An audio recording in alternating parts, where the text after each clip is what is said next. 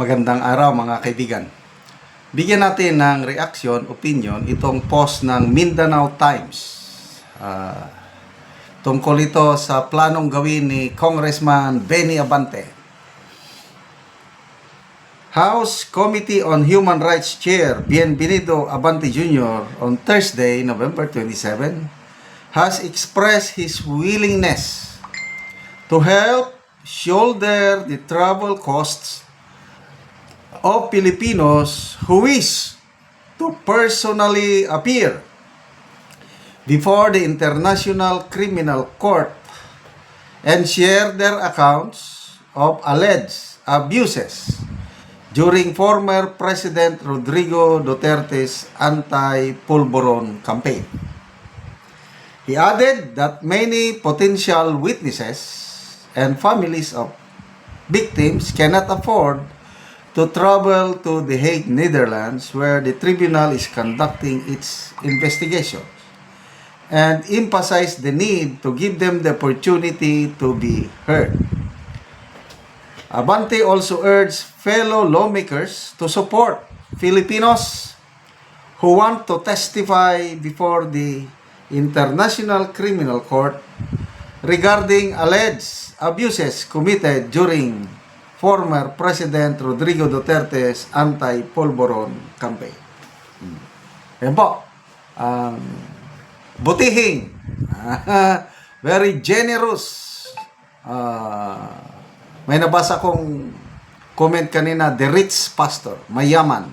So, ang unang tanong dyan is,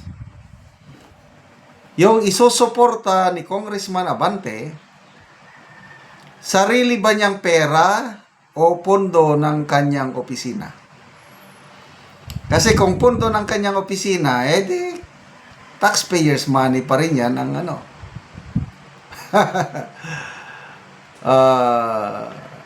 Tayong mga nagmamahal kay Tatay Digong, papasahian natin, kasama tayo sa magpasahi ng mga testigo, alleged victims ng violation. So, napakasakit. Napakasakit, Kuya Eddie. Sabi ko, kung sino pa yung... Anyway, kanya-kanyang pananaw kasi. Ang iba, tinitignan nila si PRRD talagang masama.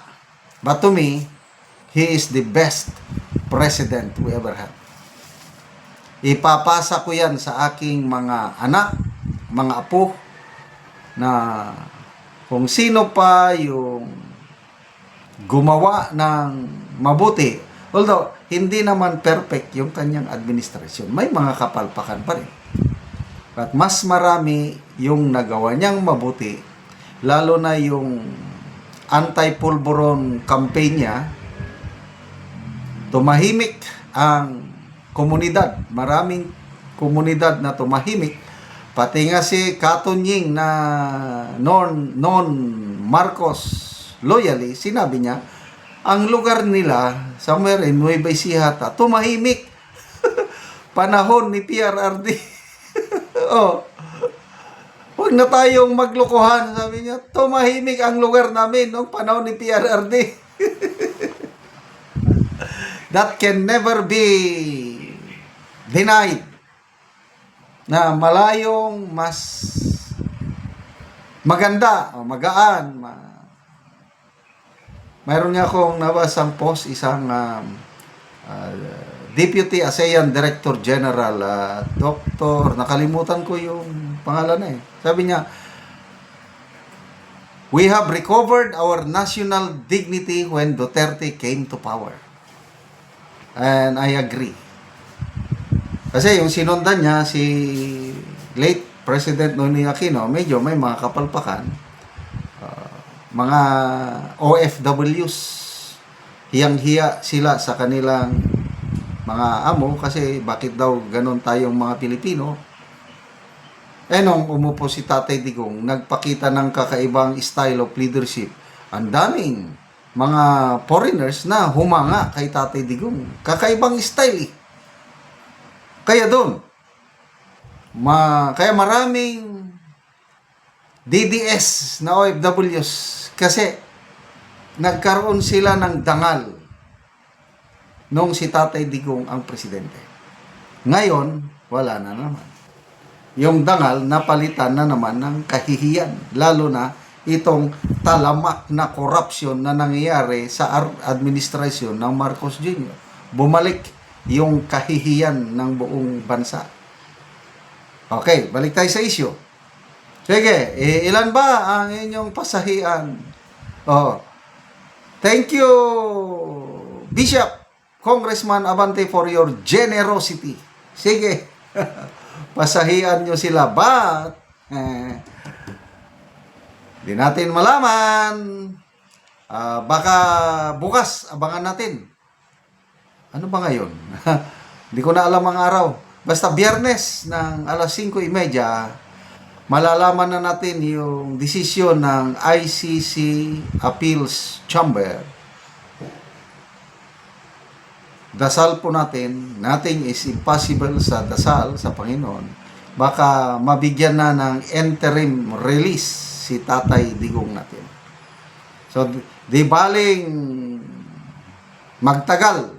Kasi, usually, yung mga nakukulong sa ICC, it will take 5 to 10 years bago madesisyonan yung kaso. Pero mo, 5 to 10 years nakakulong si Tatay Digong.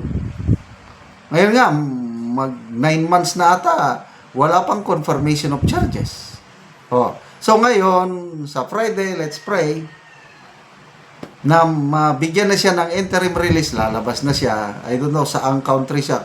Kung mapagbigyan, sa ambang bansa, tingin ko, baka dyan pa rin sa Netherlands. Di ba? Para malapit lang. Kung dyan lang sa Netherlands, at least nakalabas siya. Hindi na nakakulong. Mas magiging madali na siguro ang pagdalaw sa kanya. Yung mga kababayan nating from all over the world, magpunta, makikita siya. O di, mas magiging healthy si Tatay Digong pag makalabas na siya, mabigyan siya ng hindi katulad ngayon na napakalungkot yung buhay niya. So, ulitin ko yung tanong, ano yung ibibigay na pamasahe ni Congressman Abante? Sarili niyang pera o pera pa rin ng taong bayan? Okay, salamat mga kaibigan sa inyong pagsubaybay sa ating channel.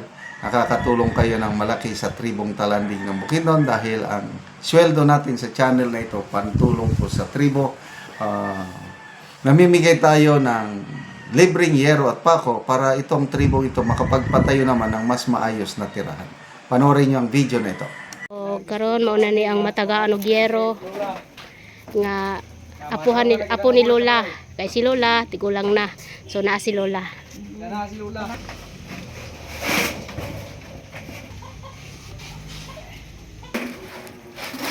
So nagtinabanga sila sa balay ni Lola. So nagpatindog si Lola sa iyang balay, iyang abuhan.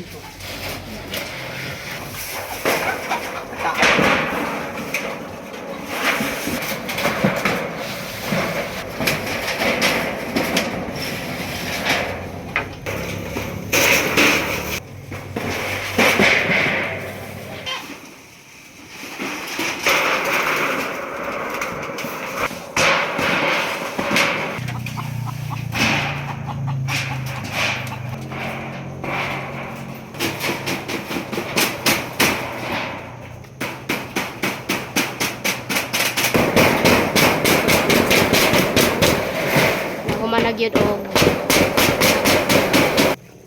so nahuman nagyod ang abuhan ni Lola nga gipatindog niya human nagyod og atop. So nindot na dili na gituluan si Lola. Salamat Ginoo. Si Lola. So pila na imong edad la? Mag-86 na.